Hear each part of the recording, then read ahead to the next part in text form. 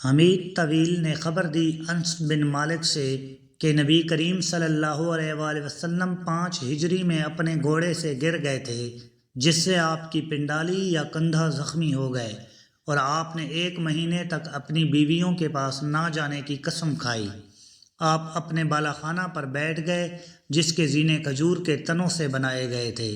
صحابہ رضی اللہ تعالیٰ عنہم مزاج پرسی کو آئے، آپ نے انہیں بیٹھ کر نماز پڑھائی اور وہ کھڑے تھے۔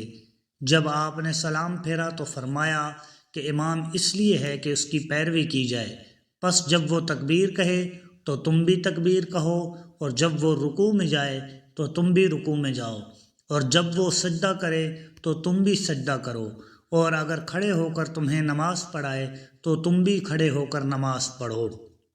اور آپ 29 دن بعد نیچے تشریف لائے تو لوگوں نے کہا، یا رسول اللہ، آپ نے تو 1 مہینہ کے لیے قسم کھائی تھی۔ آپ صلی اللہ علیہ وآلہ وسلم نے فرمایا کہ یہ مہینہ 29 دن کا ہے۔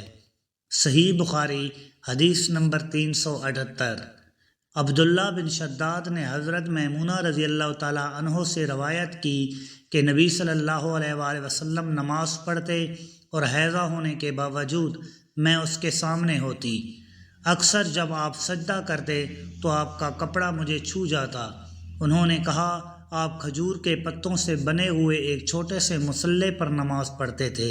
صحیح بخاری حدیث نمبر 379۔